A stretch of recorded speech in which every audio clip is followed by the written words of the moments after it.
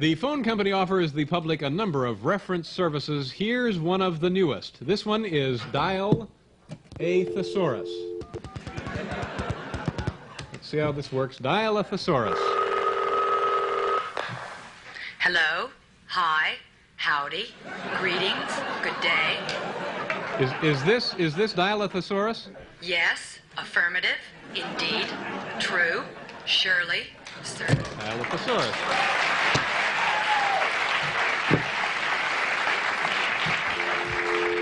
You know, you can see the run-of-the-mill stars on television anytime, but now you have the chance to hear from a truly extraordinary person right over your own phone. This is Dial a Guy Not Famous Enough to Be on the Joe Franklin Show. A guy not famous enough to be on the Joe Franklin Show. Hello? Could you hold on just a second? Someone's at the door. Sure, yeah.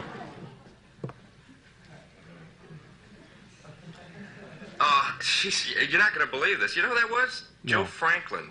I'm afraid this service is discontinued. Oh, okay.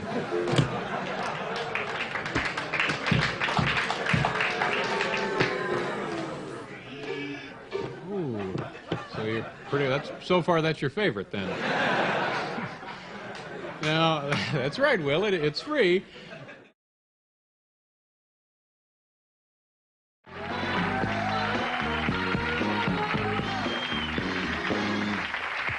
My next guest is somewhat of a television legend. His talk show has been on the air for over 30 years now, and he boasts of giving performers such as Woody Allen, Barbra Streisand, and Liza Minnelli their first break in television. From WOR-TV, please welcome Joe Franklin. Hey, Joe. Good to see you, sir. Come on over here and sit down, Joe.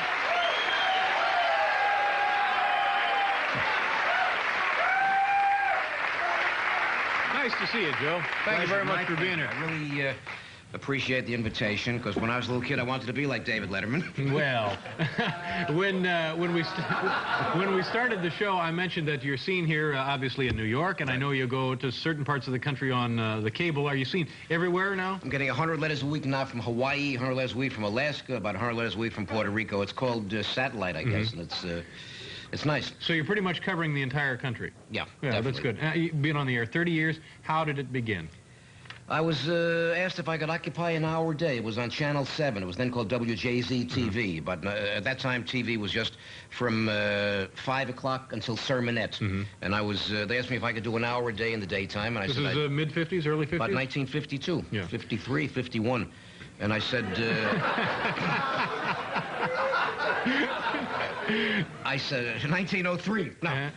I said I'd be willing to chance it. They said, what kind of a show would you do, Joe? I said, how about just people talking nose to nose, eyeball to eyeball? They said, Joe, you're out of your mind. The word is television. You got to give them vision. Right. You got to give them slapstick, salsa bottles. Remember Broadway Open House, Jerry Lester, remember Dagmar? You know, they had to give them visual. Now, up to this time, there had, I'm guessing, had not been any just TV talk shows, huh? Only vision. Yeah. I said, well, if I can't do a talk show to the management on Channel 7, I said, how about if I do a show of kids dancing to rock and roll? Because rock and roll is just creeping in there. They said, Joe, now we know you're nuts. Yeah. So you could have been like Dick Clark. Yeah. But, you know. Believe me, Joe, you're better off. Now, okay, so now what did you do before you got into TV? Then I said, how about a show of kids, words on the screen, people singing old-time songs? They said, now we know you're nuts. Who comes along? Mitch Miller, right? Before that, I was on radio. I was the record picker, David, for a man named Martin Block on a program called The Make-Believe Ballroom. Now, what does that mean, the record picker? You select all the music? I selected the records that he played, and he liked me. He got me my own radio show. And what did you do before that? As a young man, your interests were always show business, weren't I was 17, yeah. I had met Eddie Cantor. Eddie Cantor gave me a little break writing his radio show. And Martin Block put me on the air. He says to me, Joe, he says, don't play new records. He was the king of new records. So I went out and I bought up every old record inside. I go on the radio. In fact, I created, I think, the term collector's item. I was the first one to say, I'd go to a junk shop and buy old records by Eddie Cantor and Al Jolson and Bing Crosby. I'd pay a penny a piece. I'd come on the radio and I'd say, ladies and gentlemen, here's a collector's item by Bing Crosby worth $500. I go back to that junk shop the same day, put down 5 pennies to get 5 more old records. The man would say, oh, come here, kid. I said, what do you mean, kid? He said, I heard some man on the radio last night saying those records are worth $500. So you're pricing yourself right out of the market. Put myself out of a job, yeah. But, now, you coined the phrase collector's item? I think so. I think so. For better or worse. No, I no. did. Now, Joe, 30 years, this is an amazing thing to stay at any job for 30 years, let alone have a television show on for 30 years. What is the... The trick is to have sincerity. And once you've learned to fake that, then you got it... Then you got it made. No, but I think the trick is to do what you do. Look in people's eyes. Don't look in their belly button or their nose. You know... Most talk show hosts are afraid to look in the eyes. There have been 440 talk shows in New York City alone. Came and went since I began, so it's... Let's give folks who may have not... what time are you on in New York? Prime time, 2 to 3 in the morning. Right. And 5:30 to 6:30 in the morning. Okay, let's give folks who may not have seen the show an idea of what you do and who are some of the guests. Now, tell us... we recognize two faces there, you and... Rodney Dangerfield. He was Dangerfield. doing club dates then. He was doing Tuesday nights in Klein's Hillside. Is this when he was Jack Roy, or was this when he was Rodney Dangerfield? I think it was probably already Rodney, but he was my anchor man for 40 times, 60 times, and he got the idea. And who are the other two people, Joe? I forget. I've had 92,000 guests, David. 92,000 guests? I've had mine. It has said in TV Guide 19,900 times the Joe Franklin Show. 19,000, almost 20,000 times. So how many? That's roughly the amount of shows you've done, I guess, right? That's it. That's it. That's Bill Cosby, and even then, and still one. He's one of the few who comes back. Most do not come back. It's just as sad. It's... No, you better explain what you mean by most of them don't come back. You're talking about the big stars that you had on when they were not big stars. I didn't mean to get that heavy. Because you know why, David? I symbolized to them a time when they were broke. So they don't like to be reminded of Precisely. Now, who else of the big people that you gave their first breaks to come back? Who comes back? Nobody. No, a few. Barbara Streisand, did she ever come back? Well, no, she doesn't do any talk shows. Yeah. But... Woody Allen? Woody Allen comes back, right. Woody Allen. A few like that come back. Woody Allen has actually recently been on your show? Last time was about 4 years ago. Yeah. Well, that's very good. Yeah. Woody is the giant. Yeah. All right. Now I have another question about this photo. What is all the stuff? What is the tea there on the table? Those were the days when I used to juggle the commercials. I used to do live. Nowadays, you don't have the live commercials on. You don't have the live props on the desk anymore. Today is the day of fading. Georgie Jessel. This looks like it was a happy show. What right. Can you... I've had Georgie on my show. And of course, he no longer was, but he was my guest. I think he was dead then from the looks of the picture. I think it was taken a few days after he passed away. The late and great Georgie Jessel. Why now?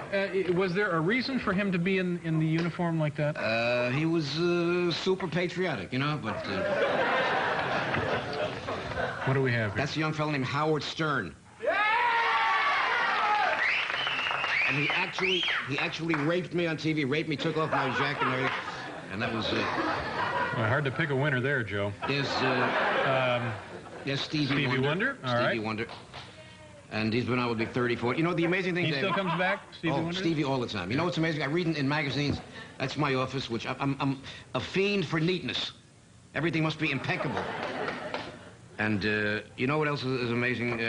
That I read in magazines about people who never made the rounds of talk shows. I read where Cary Grant never did a talk show, Charlie Chaplin, John Wayne, about 10 like that. I've had them all. Had them all. And now I'm being satirized. What about Dustin Hoffman? Many times. We have some videotape of Joe's program, and we'll show you that when we come back right after this.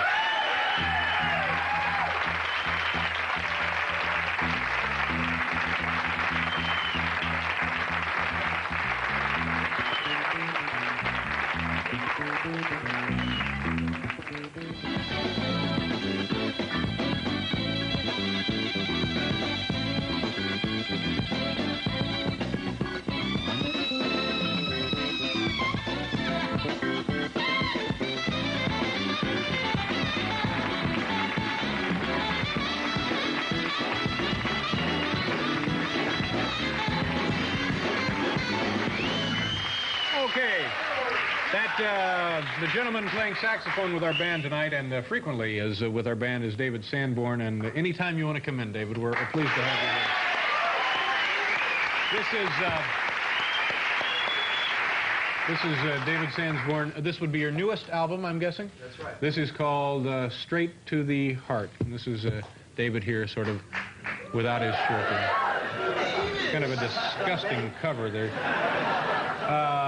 Thanks again, David. Nice to see you, sir. Joe, now where were we? We got, we want to show some videotape of you at work. You know what we're going to see here? This is you on a recent program with whom?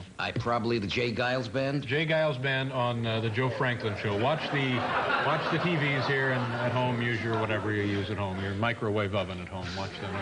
This is the, what's the good word? Epitome. This is the epitome. This is the moment of triumph or super achievement for a talk show host, namely me. And the reason is that the Jay Giles Band has chosen me. They've chosen me. That's right.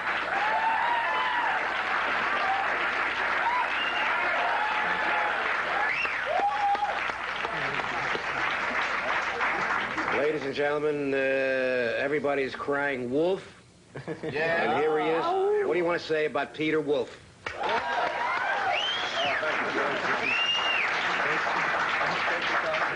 But why should I be modest? One more time, why did you choose me and not them? Well, there's a saying, only the best and later for the garbage. I think that's it.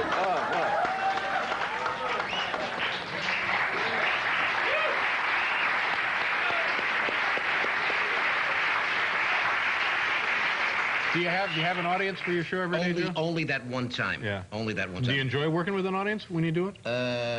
I don't know. I'm probably the only talk show that plays for the people at home. Yeah. The way you do it, of course, is the accepted and the successful way. I'm the only one that just, I'd rather just be cozy and intimate and close. It's a whole different feel without the audience. It's a completely different feel. And the hours that I'm on, people are more relaxed, and I'm sort of...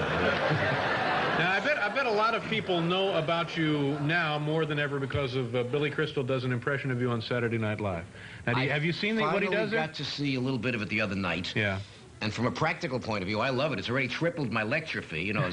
I can't knock it. And nobody kids myself more than I do. And I love it. But from you know, I didn't know you'd ask me. From an entertainment point of view, I think that spoofing a talk show was good and popular and great in the 50s and the 60s when Ernie Kovacs did it, when George Carlin did it. But I think the idea today of burlesque, a talk show today, I think, David, is sort of cut from a sterile old stencil. It's an easy... You gotta watch this group, Joe. The Joe Franklin Show can be seen here in New York on WOR every morning at 2 and then again at 5:30. Joe, thank you very much for coming in. Nice to see you. We'll be back.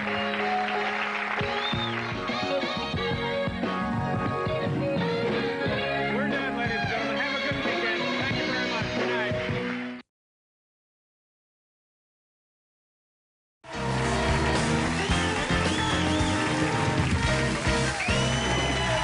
Welcome back to the program.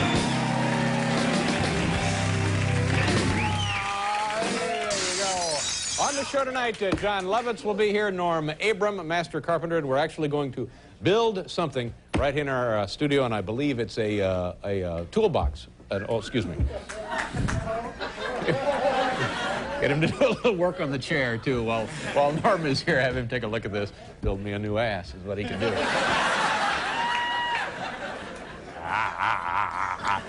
If you're just joining us so far, tonight's program, ladies and gentlemen, perfect. Many members of the studio audience have been heard to oversay to themselves, I don't recall ever having been quite this entertained.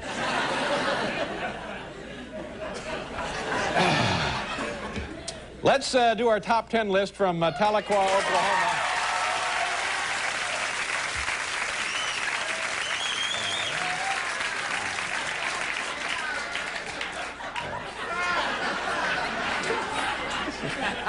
I have the posture of Joe Franklin now. Hello.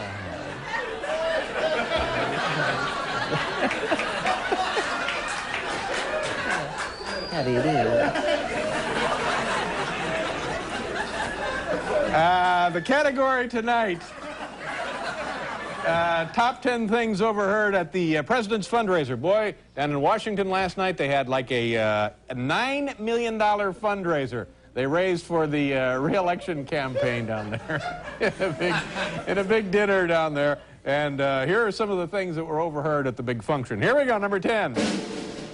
If you want sour cream on the potato, it's an extra $5 grand. Number 9. Number 9, Billy D. Williams is right. Colt 45 sets the mood. Number 8. I'm sorry, Congressman, no checks. Number 7. Number 7, Buchanan, more ice water at table 6. Number 6. Look out, the president's eating sushi. Number 5.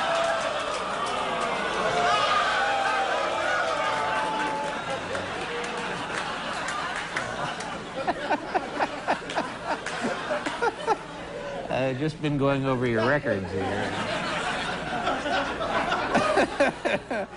Number 5, hi, I'm Clarence Thomas, and this is my gavel. Number 4. Number 4, come on, Mrs. Bush, crush another can on your head. Number 3. Number 3, what time do the hookers get here? Number 2, you're incredibly wealthy, too? What a coincidence. And the number 1 thing overheard at the president's fundraiser, Folgers Crystals. There you go.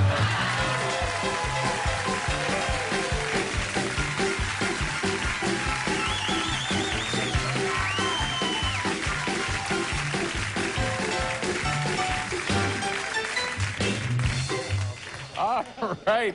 It's Saturday morning music, isn't it? Yeah. Joe Franklin. Our first guest is was that the Joe Franklin Joe Franklin theme? Oh, cool. Yeah. Man, you know everything, Well, don't you? I wouldn't say that. Nice going. You're so low. I've adjusted my chair now, thank you. Okay.